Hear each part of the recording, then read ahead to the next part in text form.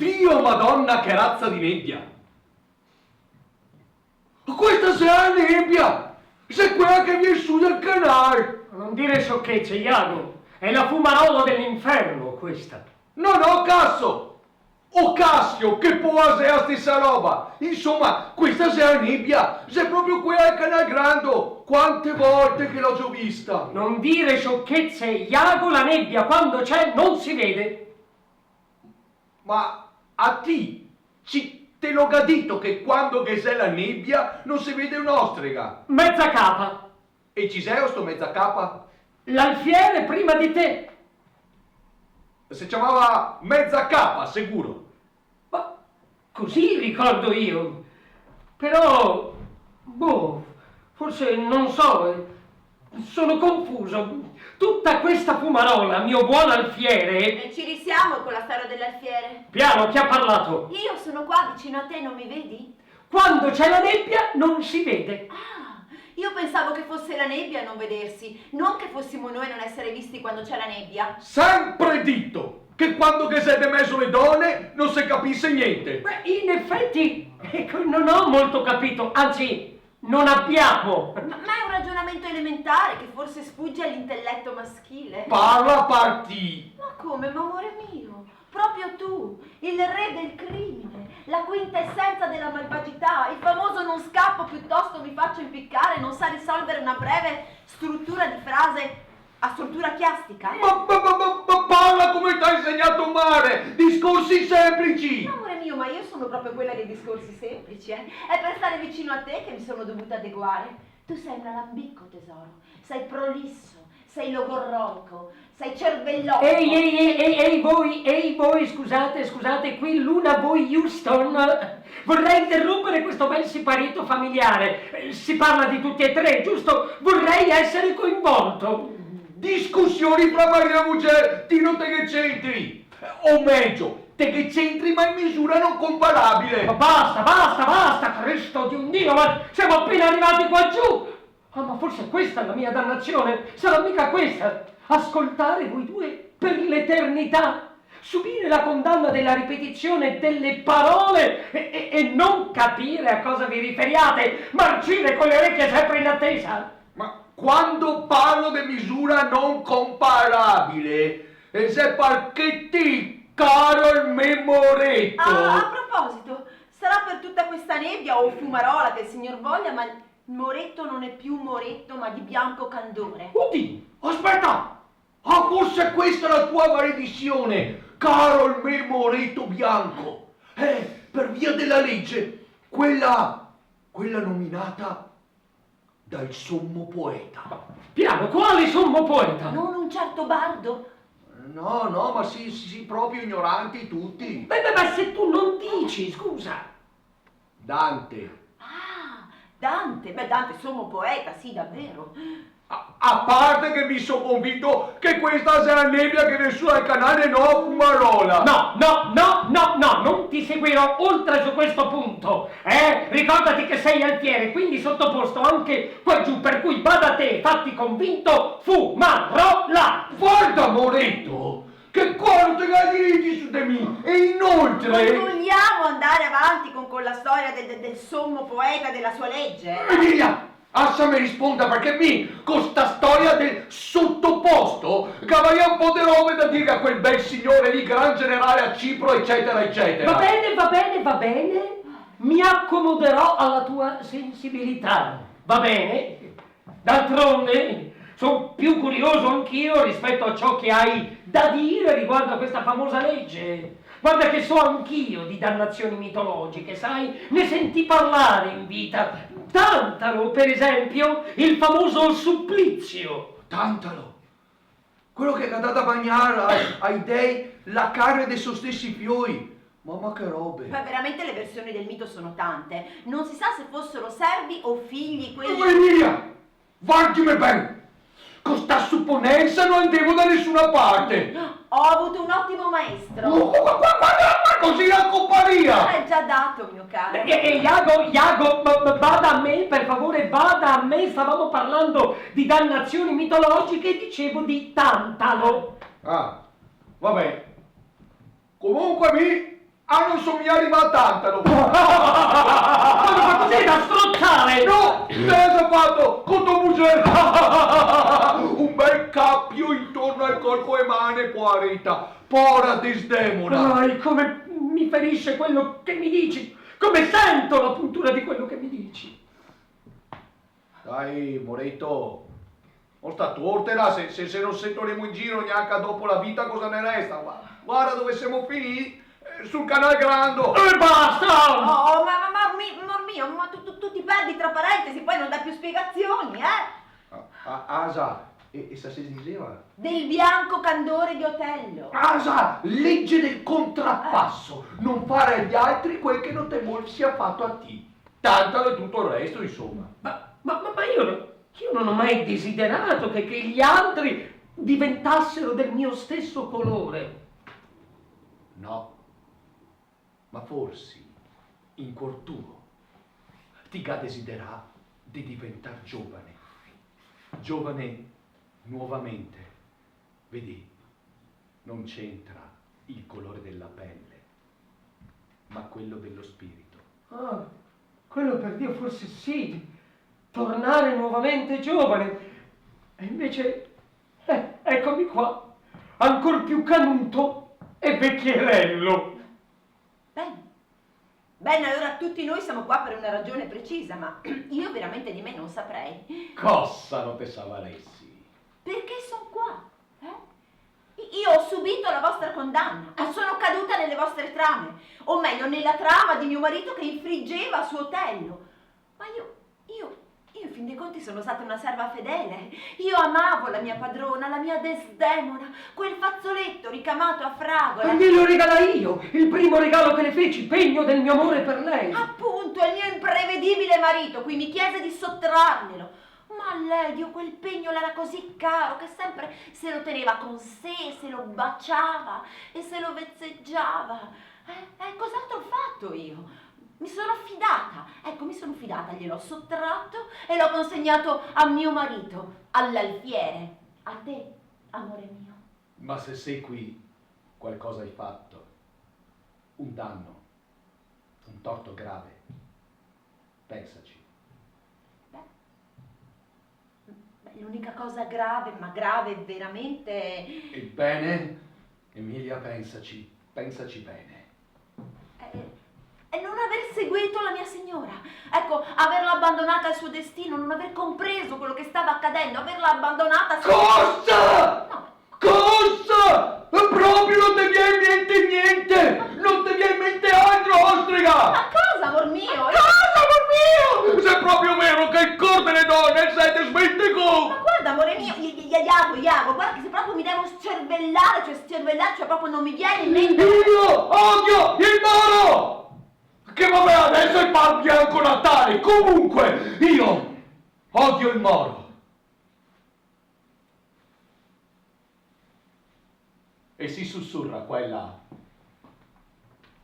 che egli mi abbia sostituito nel mio dovere coniugale tra le mie lenzuola. Non so se sia vero, ma per un semplice sospetto del genere io agirò come se fosse certezza.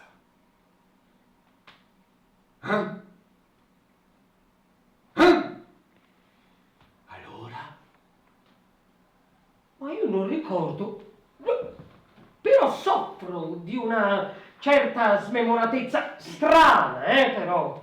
Ma per quella voce lì, che era stata messa in giro, che poi lo sappiamo bene chi l'ha messa in giro, noi lo so bene, io, Roderigo, il tuo amico Roderigo, beviamo qua la tazza, capitano, quello lì, un ubriacone, quello lì, guarda, un avvinazzato, ma si diceva di lui che sorresse qualche goccia di sangue in un fiume d'alcol. Sì, ma poi tu l'hai creduto? Guarda, una notizia falsa, quella lì, falsa! Ma falsa che falsa? Oh, Mauro, diglielo tu, falsa! Veramente io non ricordo. Ma forse questa è la mia dannazione, non ricordare, quindi doppia dannazione. Bianco Moro che non ricorda di sé. E però se mi ricordo di voi due, poi mi sovverrà tutto il resto. No, ma falsa, io di altre infamie nella mia vita tutta passata a servire, a servirti, altre infamie davvero non ne ho commesse. Però, sei qua. Ti sei qua con i item anche a te.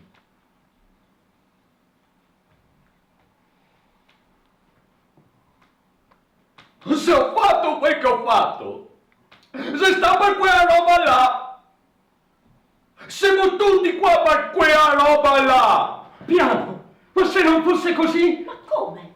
No, voglio dire, se non fosse per quello che siamo qui, se non fosse per quello, se fosse per altro, ecco, io per esempio per questo mio desiderio di sentirmi ancora giovane, l'hai detto tu, no? Onesto Iago. Beh, onesto adesso, proprio onesto non è. Penso, ma mi viene spontaneo chiamarlo Onesto Iago, va bene? In fondo lo sei stato veramente, onesto, a tua insaputa. Ma se lo fossi stato davvero e mi avessi messo sulla strada, ma io non avessi sentito e solo ora intuisco. Aspetta perché adesso ti si peso di me, altro che cervellotico.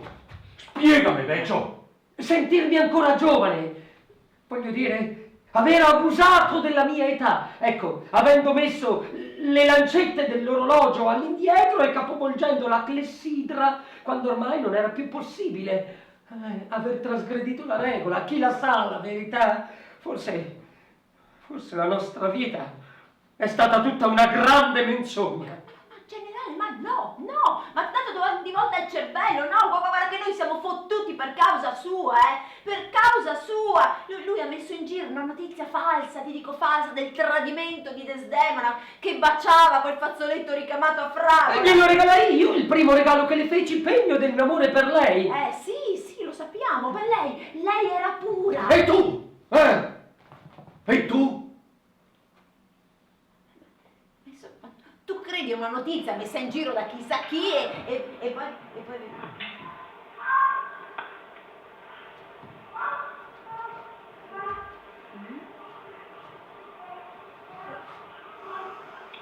Ma cosa sono questi, cosa sono questi? Non te ricordi, Non ti viene in mente niente. Ma no, non lo so cosa dovrebbe venirmi in mente. Dimmi, mettimi sulla strada di nuovo. No, te, amore, non traumatizzarlo, amore mio. Non chiamarmi amor mio. Se quella roba là, quella che ti diceva, no? Quella di tua moglie. Come posso spiegarti? Strano, strano, amore mio. Iago, questo tuo non riuscire a trovare le parole, veramente strano. Allora se te che riesci, spiegamelo ti. Sì.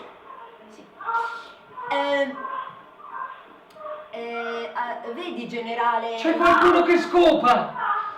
Ecco, sì. Allora te lo sapevi! Faccio in barona! Ti sei falso! Esiti, abbozzi, amici! No, ma ti sa tutto! Ti sei falso! No, te lo giuro, no! Giurare qui! Ma insomma, che non ne sono sicuro, magari si tratta di sprazzi di lucidità, la forza che mi rimane...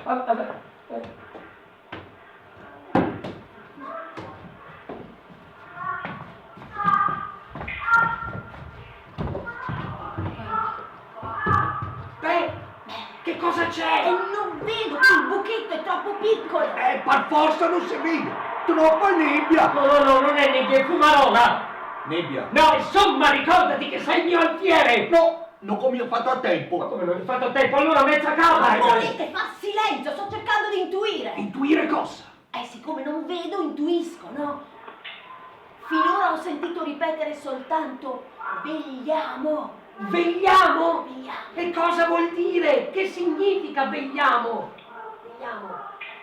Vegliamo, stiamo vigili, vegliamo. Mamma mia, generale, ma bisogna spiegarmi tutto. Ma come ha fatto la mia signora? Ma insomma, dici quello che vedi e se non sei capace di riferire spostati, te ne stai lì come una locca a sovraintendere a che? Non vedo, va bene, non vedo. Ma sei proprio una donna, incapace di ragionare, un essere marcatamente inferiore. Ti ho detto di riferire. E io ti ho riferito. Ah, femmina dannata, neanche capace di spiare dal buco della serratura. Ci ho guardato 1.000.000 di volte da questo buco, ma non mi sono mai sentita così terrificata. Migliaia di volte? Quante migliaia di volte? Non è la prima volta che sei qui, Quando è stata l'ultima? Non lo so, quando si è qui non si sa. Ma allora è una vera crudeltà, rivivere la crudeltà! No, è la censura, la censura. Non bisogna dire, non dobbiamo dire niente, deve restare un segreto tra di noi, come una versione casalinga di una fottuta replica di un fottuto spettacolo. Datemi uno spettacolo e solleverò il mondo! Non si diceva così una volta. Non lo so come si diceva, non me l'hai insegnato questo. Insomma, ti ho detto di riferire a tutti e tre. E io ti ho riferito. Ma forse lo so perché. E perché? Perché? La legge. La legge, quella che ho detto io, la legge del No, contrappasso. la legge, io lo chiamo la legge, cioè la morale. Però io mai andata contro le leggi, sempre fatto utile il mio dovere. Ma come parli? Non ti per fare in autonomo! Parlo come so parlare, in questo momento parlo così. Ma guarda, ti sei fatta smunta con gli anni, non sei più tu! Infatti non sono più io da quando sono qui. Ecco, ci risiamo. La censura, anzi no, l'autocensura. A cosa serve? Forse perché è meglio non sapere. Ma io invece voglio sapere, allora? Allora, la donna. Fuori di casa siete pitture. Campanelli in salotto, gatte selvatiche in cucina. Santarelline quando ci ingiuriate e diavolesse quando ci offendete. Brave attrici a fare le massaie e massaie operose solamente a letto. Oh, ma sbrigati! Fammi ascoltare, ti dico, fammi intuire! Cosa c'è da intuire? Ormai si è capito tutto. Ma cosa si è capito? Io non ho capito. Iago, guarda, parlami come parleresti a te stesso nel profondo del tuo animo, esprimi, insomma, i peggiori pensieri con le peggiori parole, anche a me. Mio nobile signore, anche se sono dovuto all'obbedienza più cieca, non sono tenuto a ciò da cui lo schiavo è esente. Rivelarvi i miei pensieri. Ma allora tu vuoi fare un torto all'amico se pensi che lo si calunni e non glielo dici, vuoi fare estraneo il suo orecchio ai tuoi pensieri, tu sai qualcosa e non vuoi dirmelo. Di che cosa stiamo parlando qui? Che ne so, di che cosa? Cos'è la cosa più importante per un uomo e per una donna? Ma che ne so, che è? Il buon nome! Oh, no. Chi mi ruba la borsa? Ruba dei soldi. Erano miei, diventano suoi, come sono stati di migliaia di altri. Ma chi mi ruba il buon nome? Ruba qualcosa che non lo rende ricco e fa di me un miserabile. No, per Dio, adesso io voglio sapere che cosa sai, cosa hai sentito, lo voglio sapere. Posso solo dirvi, guardatevi, mio signore dalla gelosia. È il mostro dagli occhi verdi che si beffa del cibo di cui si nutre. Il cornuto è beato se è cosciente e non ama colei che lo tradisce, lo ha tradito, ma che vita d'inferno per chi ama, sospetta, dubita e si ammala per amore. Proprio una vita d'inferno, guarda. Buon Dio Qui, buon Dio. preserva tutte le anime della mia tribù dalla gelosia. Ma cosa credi? Ma cosa credi? Che io voglia proseguire nella mia vita e nella gelosia, inseguendo così i sospetti come se fossero le fasi della luna, no, Iago? Trovarsi nel dubbio anche solo una volta è come avere già deciso.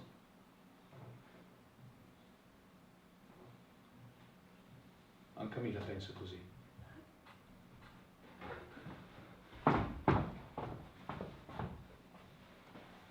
Non può certo ingelosirmi chi dice che mia moglie è bella, che le piace il cibo e la compagnia, che è sciolta nel parlare, che canta, balla e suona bene. Tutte virtù queste. quando la virtù c'è. Appunto. Beh, infatti io mai trarrò il timore o il minimo sospetto dai miei deboli meriti, pochi meriti, io inetto, io bianco, candido Moro, io mai trarrò il sospetto che ella m'abbia tradito, perché ella aveva occhi per scegliere quando scelse, e scelse me. E allora, prima di avere sospetti bisogna vedere. E dopo aver visto, ci vuole la prova. E quando c'è la prova... Vabbè, allora si dice addio all'amore e alla gelosia in un colpo solo. E allora, mio buon signore, non parlo ancora di prove, ma... tenete d'occhio vostra moglie. Guardatela quando è con Cassio. E siate né geloso né sicuro.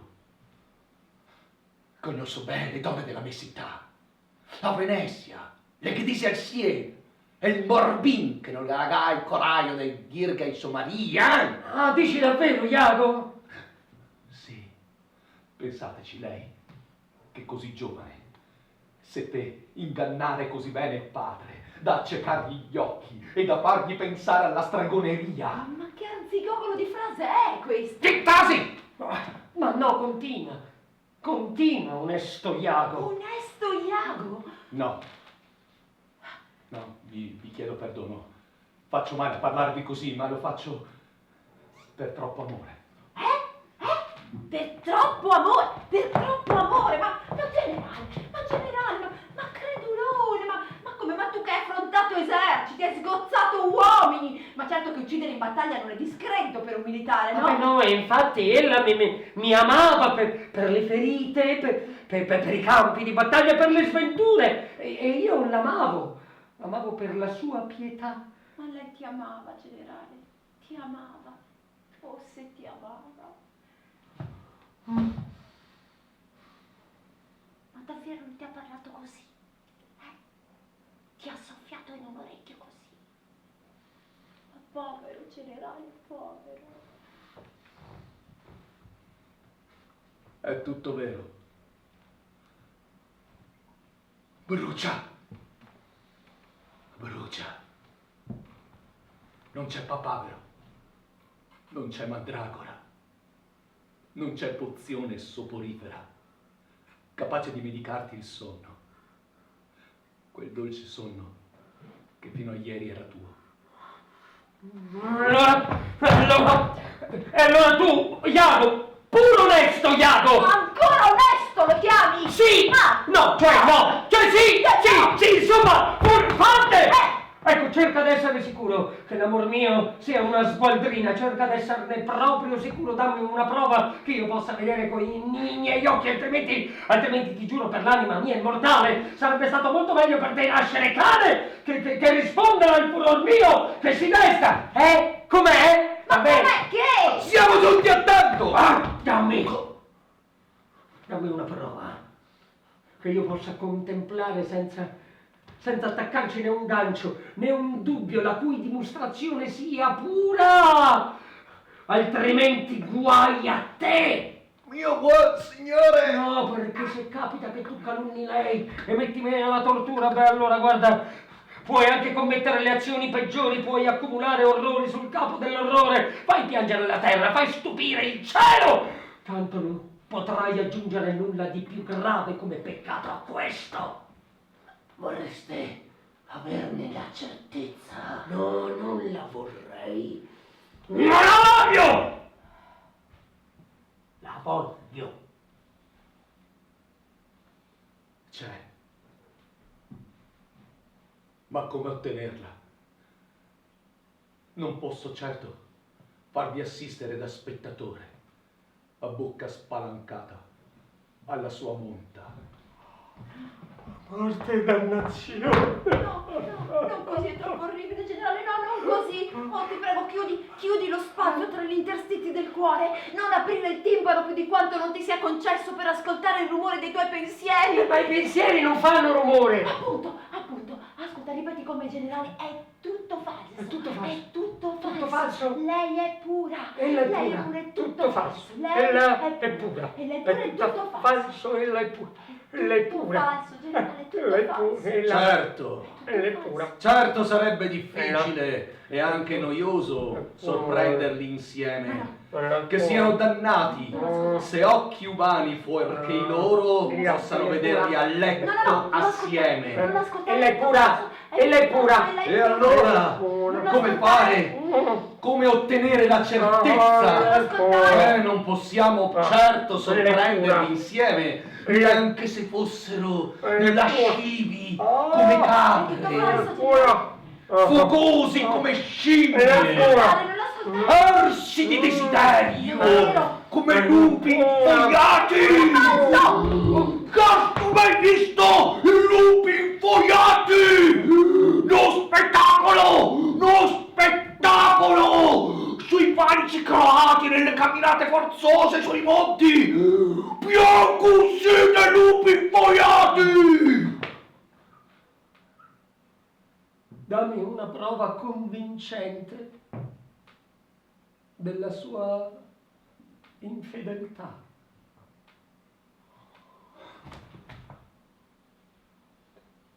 Non mi piace questo compito, ma ormai sono andato così avanti che non posso tirarmi indietro. Da un po' di tempo mi capita di dormire con Cassio e non riuscire a chiudere occhio per un gran mal di denti. Mal di denti. Mai ha avuto problemi con i denti lui, mai, mai. Lui tutto sano, tranne forse... Casi di una donna!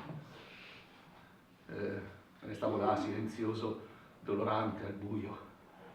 C'è un certo genere di uomini, di animo così sciolto che nel buio farfugliano e cominciano a dire ad alta voce i loro pensieri. Ecco nel buio Cassio, ho sentito Cassio dire queste parole. Desdemona, mia dolce, stiamo accorti. Teniamo ben celati i nostri amori.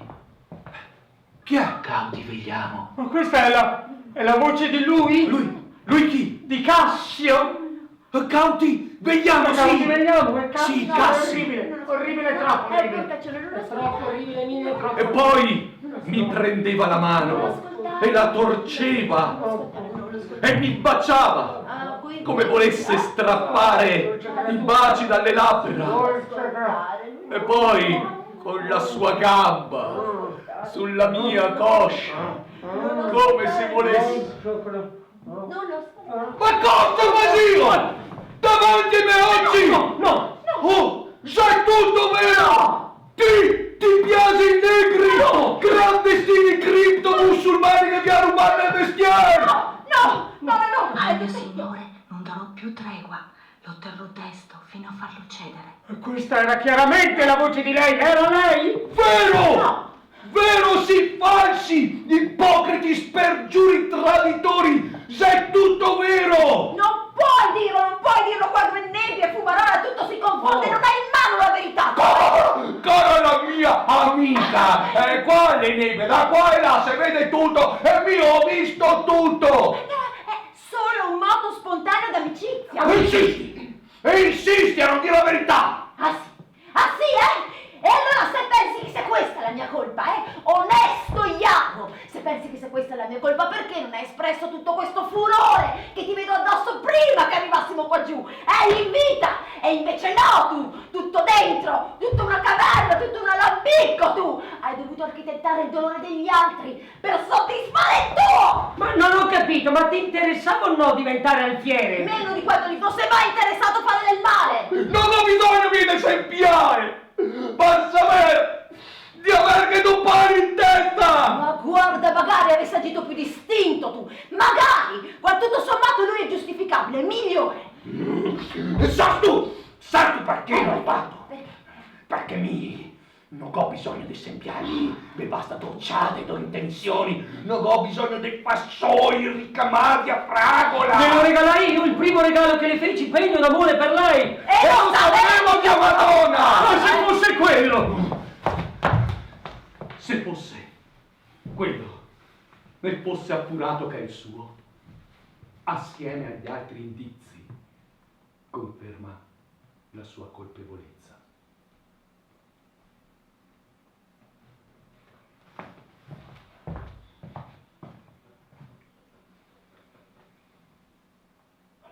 vero. Allora è tutto vero.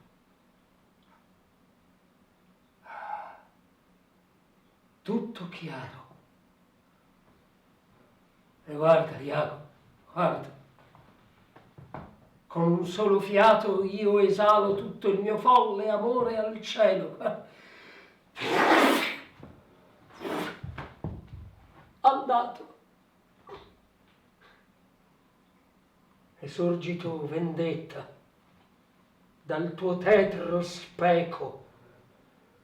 E tu, amore, rassegna corona e trono e lascia il posto che prima occupavi all'odio tiranno. E tu, petto, gonfiati di collera, poiché di lingue d'aspide sei fatto!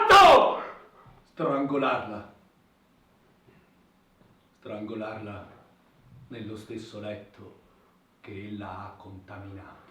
Bravo, bravo, sì, bella giustizia, questo mi piace, strangola, oppure sai cosa? Soffocarla col fazzoletto in bocca. Ah! Ma stupido Moro, stupido, ti ho detto.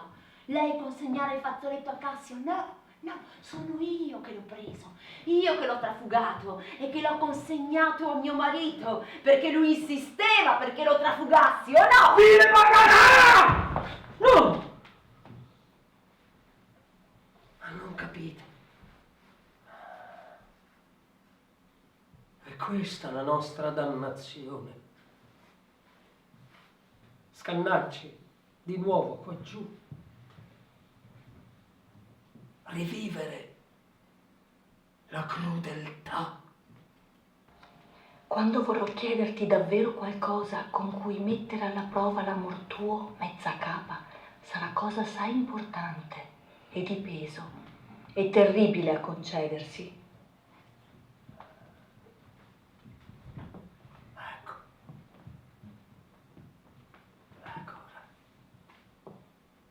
ora vedo chiaramente nella nebbia.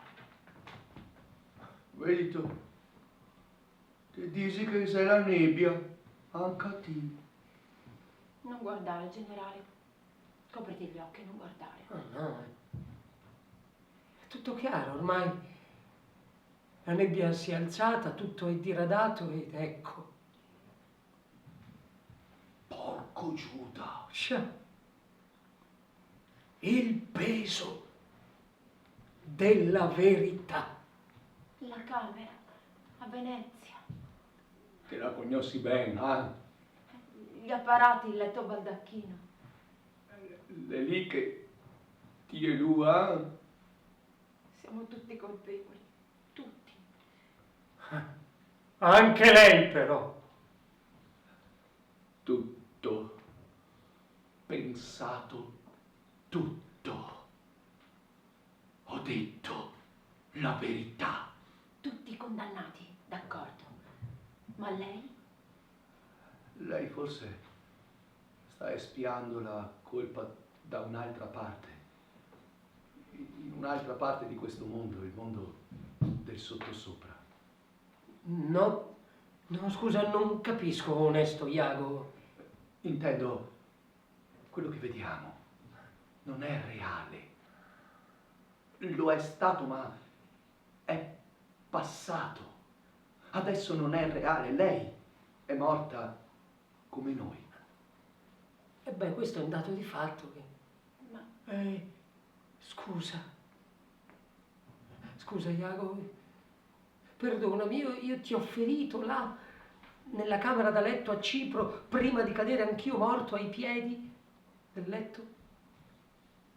Ho resistito un poco. E poi sono morto anche a me. Ma anche lei è morta. Ma allora perché non è qui, con noi? Certo che non me lo sarei mai aspettata una così pura. Ma è questa la giustizia qua giù. La sua verità è più forte della nostra.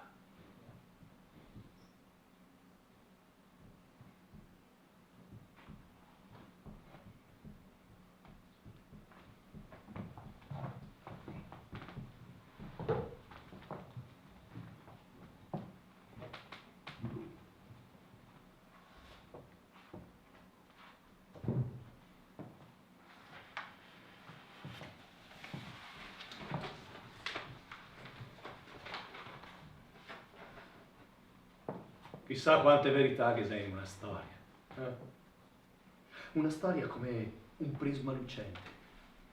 Ne entra una luce, poi ne esce una luce nuova, tutt'altra. E poi magari qualcuno si permette di metterla in scena, ma non sarà mai completa. Sarà sempre un distinguo, una parzialità. Ma forse lo sapevo. Ha ragione lui, il Moretto. Sai che c'è? Non volevo arrendermi all'idea che fosse tutta mia l'idea. E com'è che ho detto a un certo punto? Ecco! L'ho generato! E me lo sono estratto proprio qui da dietro, dal buco. Quella che poi è mia verità. Io sì, invidioso perché uno più bello ha preso il mio posto, io che ambivo all'incarico, ma chi se ne fotteva?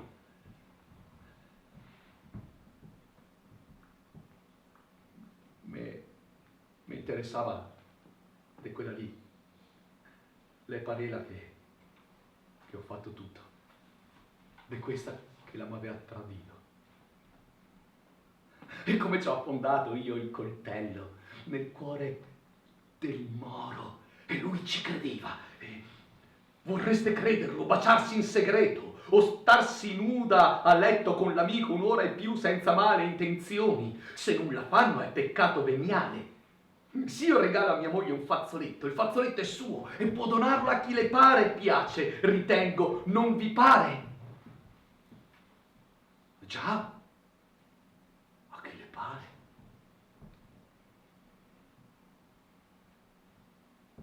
Il fatto è che io le corna non le sopporto. Ti guardano, ti ridono dietro, sotto i baffi, e vanno in giro con il membro al vento, pronto a scaricare su di lei tutta la loro voglia di scopare. E allora ho generato io il male, l'unico figlio che potevo avere da lei che non me ne ha dati altri. Ho sofferto io le doglie del parto. Sono stato io padre e madre di questo progetto. E invece, natura bastarda del destino mi aveva già fottuto.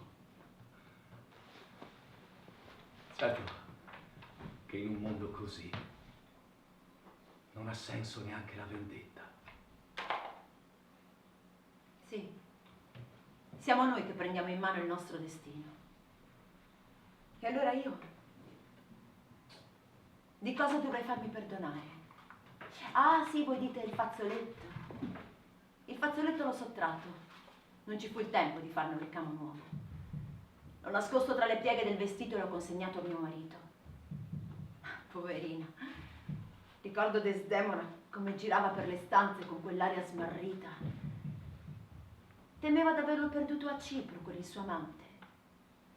Ma non era in pena per se stessa, ma per la scoperta di quel tradimento. Che poi, chissà se le cose sono andate veramente così. Qui, l'inferno dei nostri sentimenti ci fa travedere le cose. Ma di una cosa sono certa, questa me la ricordo bene. Io ho rubato quel fazzoletto per riconquistare mio marito. Sì, l'avevo tradito e lui lo sapeva. E quanto avrei voluto che fosse tornato da me sereno, questo schiavo del potere, questo servo della propria invidia. Io l'avevo tradito e lui covava un odio, ma quando siamo traditi la voce del cuore si ammutolisce, magari balbetta soltanto qualche cupo dissenso. Io il fazzoletto l'ho rubato per lui. E mentre tenevo la mano della mia padrona, mentre lei stava morendo, io perdonavo mio marito per quello che le aveva fatto. E poi sì, io la ammiro la mia padrona. Comunque la si pensi, tradimento o non tradimento, l'ammiro perché è una donna libera. Una mela sbucciata all'amore, una donna libera. Libera. Come ogni donna dovrebbe essere.